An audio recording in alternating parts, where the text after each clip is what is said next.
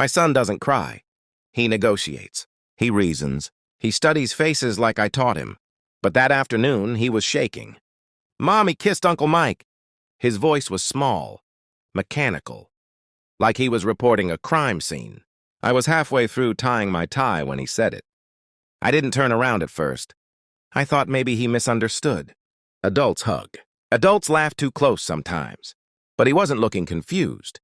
He was looking betrayed. I knelt down slowly, controlled, calm. What do you mean, kissed? On the mouth, he whispered. Like you do. The air shifted. Not loud, not dramatic, just a silent fracture running through bone. I didn't ask where. I didn't ask when.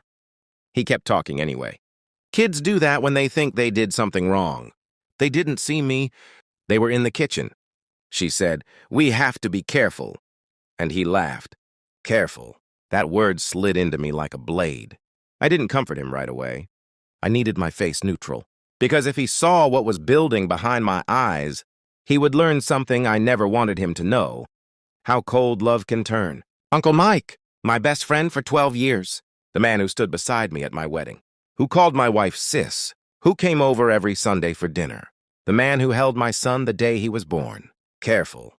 That word echoed all evening. When she came home, she was glowing. Lipstick slightly smudged. Hair too perfect for a grocery run. She kissed me lightly. Quick. Automatic. I watched her like I'd never seen her before. The way she avoided eye contact for half a second too long.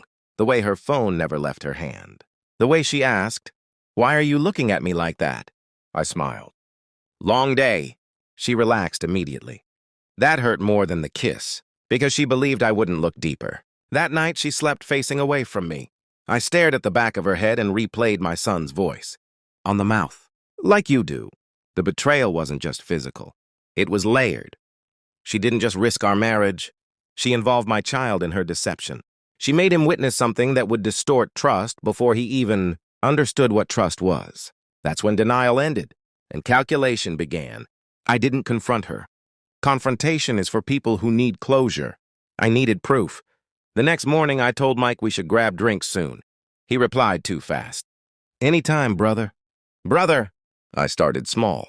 Phone records. Nothing obvious, but patterns don't lie. Calls during my late meetings. Text burst at midnight. I bought a voice recorder. Placed it in the kitchen vent.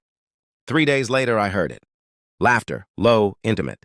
Her voice soft in a way it hadn't been with me for months. We can't keep doing this. Mike's voice. Confident. He'll never know. Never. They talked about hotels. About my schedule. About my son being too young to understand. That part made my vision narrow. Too young to understand. I copied the file. Backed it up. Sent it to a private email. Then I hired a private investigator. I didn't tell anyone. I kissed her goodnight. I asked about her day. I played husband perfectly, while she was planning exits.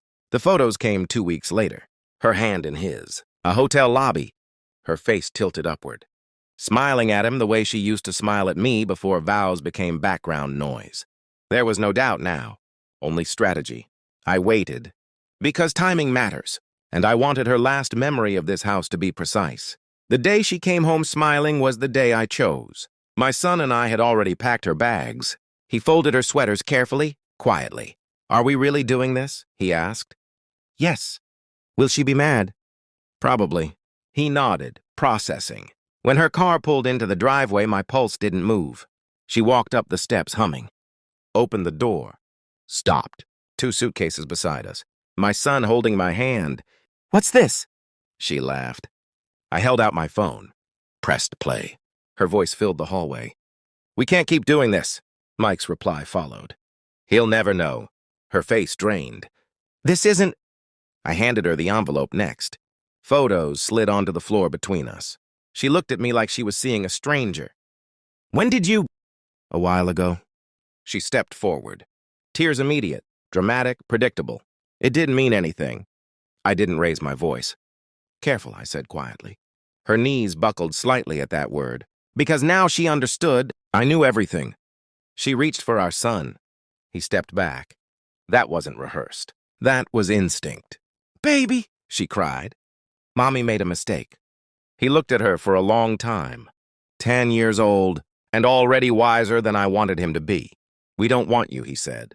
Not screaming, not crying, just stating a fact. The porch light flickered behind her as she stumbled backward onto the steps. She collapsed there, crying into her hands. I placed the suitcases outside. Closed the door halfway, not fully, just enough for her to understand this wasn't temporary. "You involved him," I said through the opening. "That's why this ends." She sobbed harder. Said she loved us. Said she'd cut Mike off. Said we could fix it. I shook my head. "You already chose." I had already sent the recordings to Mike's wife that afternoon. Strategic symmetry. Truth travels. She wasn't the only one losing something tonight. I closed the door completely. My son sat on the couch afterward. Quiet. "Are you okay?" I asked. He nodded slowly. "Are you?" I almost smiled. Kids always ask the most dangerous questions. "I will be." Outside, her crying faded. Then a car engine started. Then silence. I didn't feel rage anymore. Rage is hot. This was colder, cleaner. She thought betrayal was a secret act. But betrayal echoes. It stains everything it touches. Not tonight. Tonight, I erased the stain. I walked to the window. Didn't open it. Didn't watch her leave. Some endings don't deserve witnesses. My son leaned against me. And for the first time since he spoke those words, Mommy kissed Uncle Mike. I felt something steady again. Not love, not grief, control. And I decided that was enough.